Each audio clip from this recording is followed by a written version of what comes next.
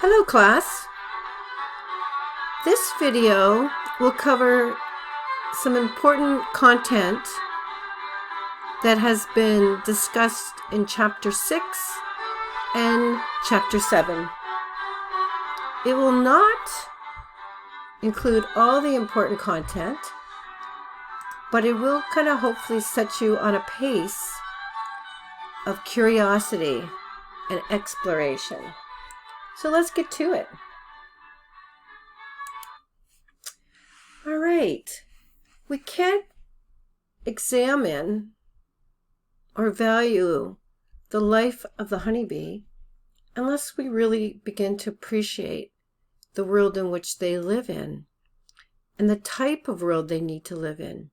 And what's interesting is what's good for us humans is also good for the honeybee. So the history of one particular pesticide is vital because, as you will discover on the next video, that this particular story is what helped begin to launch what we now know as the environmental movement of the 1970s. So what am I referring to? Well, we begin then with the story of DDT, a type of pesticide that you will now learn was developed and used pretty extensively in time across the globe. So why did it come about? Well, historically, there was always an urgent need to control a bacterial disease called typhus. Typhus had existed throughout human history, and probably even before written documents. The symptoms were generally extreme and severe, and early on leading to death. And before that, the patient would experience symptoms of delirium, headaches, a dark rash, and definitely a fever. Now, there's huge stories in history that actually discuss the devastation of typhus. And these are just a couple. But what's important to note is that typhus is spread by insects, are often referred to as vectors when you're talking about various insect species. And so they would bite people like a mosquito bite. So it could be a fly or even particularly lice. And this would in fact pass this virus on very quickly, killing thousands of people. Now, Canada has its own story just because of the years in which the colonies, people from different countries, particularly Great Britain, were coming to Canada. And typhus epidemics were sadly a common fact. And then during this time period, in 1847 is kind of the year that has really been described in history. Thousands of Irish immigrants coming to Canada died at sea. And despite the best efforts of local charitable and religious organizations at the time, now recall, it's 1847, Canada hadn't yet become a country. Countless people would die. And Canada wasn't the only country experiencing this. But now we move more specifically to the two, what we call the Great Wars, from kind of a European and a North American perspective. It's WW1 and WW2. Now in WW1, typhus again befell soldiers and citizens across Europe. And as you can see from this slide, approximately 20 to 30 million people died over this time period during war of typhus. Obviously, an incredible amount of human death and sadness. Moreover, once WW was finished, the Russian Civil War began in Europe, and again you can see thousands and thousands and millions of people dying because of the typhus epidemic. So it was clear this really was a public health concern, and we now know, because we've lived through COVID in the last few years, what a serious human public health concern can do to societies, to communities and even to individual families. So in the wake of this, it is imperative to basically state that the devastating impact of typhus was real. And so how to then control the spread of a disease that was basically the result of insect bites became job one, if you like. Now, DDT was actually first synthesized in 1874, but it wasn't until 1939, which is an important year to note if you know your history, because in 1940 is when WW2 started, the Second World War. And so it was a Swiss chemist, Mueller, who actually began to experiment with these properties of DDT, who at the time was working for a company who also was concerned with other types of insect infestations. And so what he discovered was that this insecticidal property that he could put together, which we call DDT, could also kill what was called the Colorado potato beetle at the time. And the potato beetle, because potatoes were a vital staple to North American diet, also needed to be addressed. And so soon then, because of this kind of discovery, in 1939, when WW2 broke out in 1940, they had at the ready, this new pesticide that was going to control the spread of typhus and therefore reduce the amount of death to soldiers and civilians in Europe during this time period. They certainly didn't want to see another reoccurrence of what happened during WW1. Now here you'll see what's called a flit gun, and I have it often shown within this PowerPoint, but it's also in your textbook. So make sure you take a look at where it came about and what the flit gun is there to represent.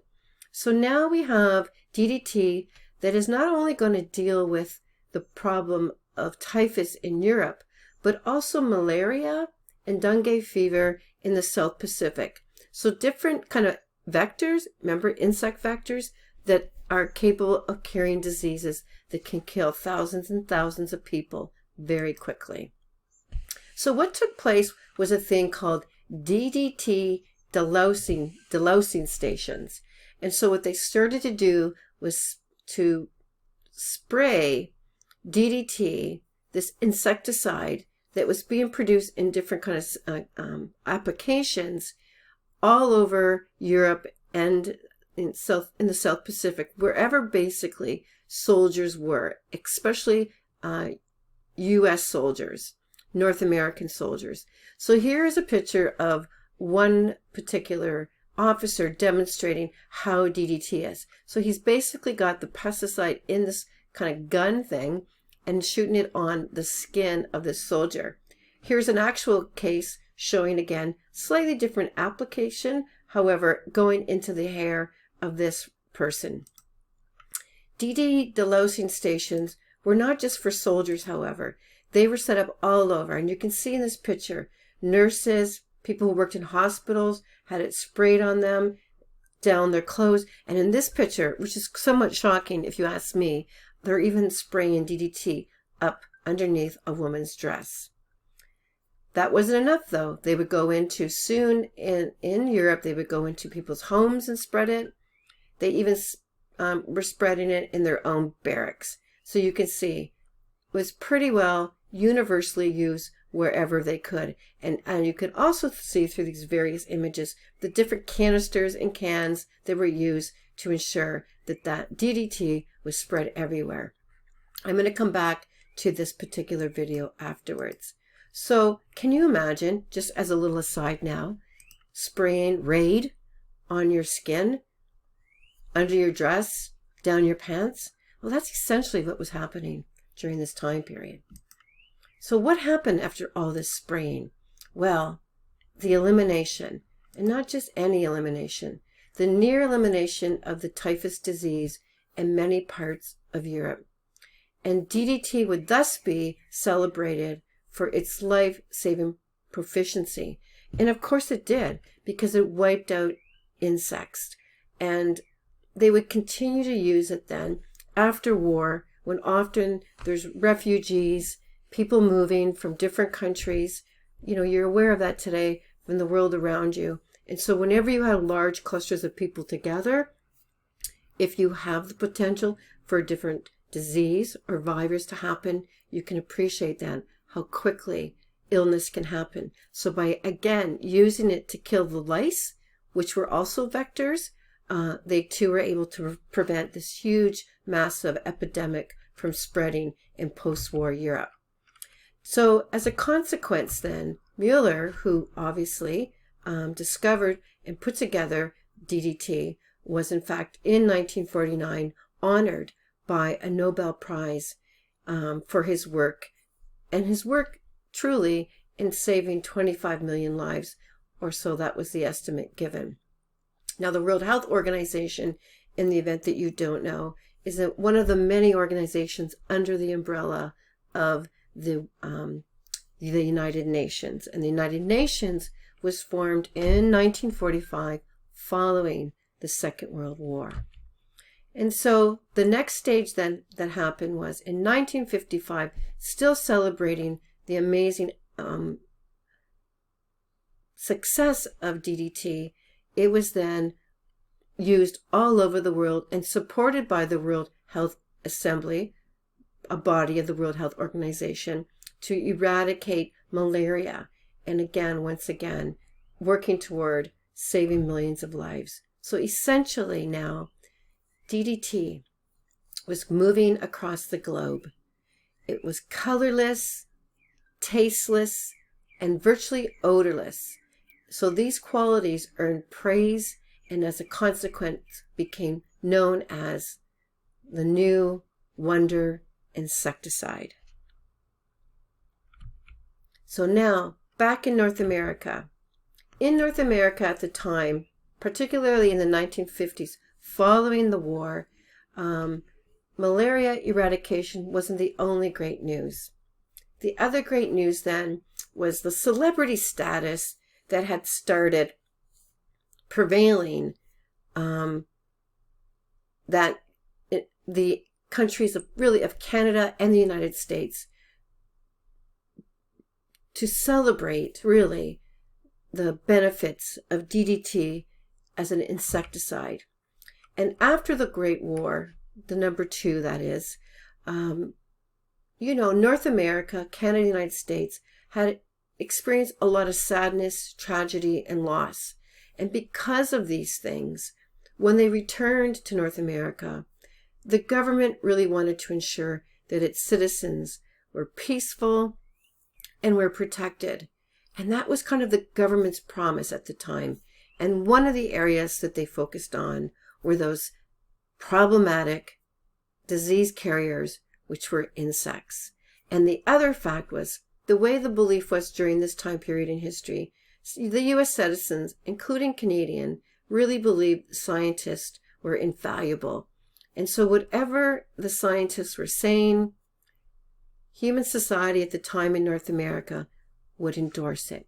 So I'm going to pause right now and continue on with the second video. These videos, as you know, do not exceed 15 minutes.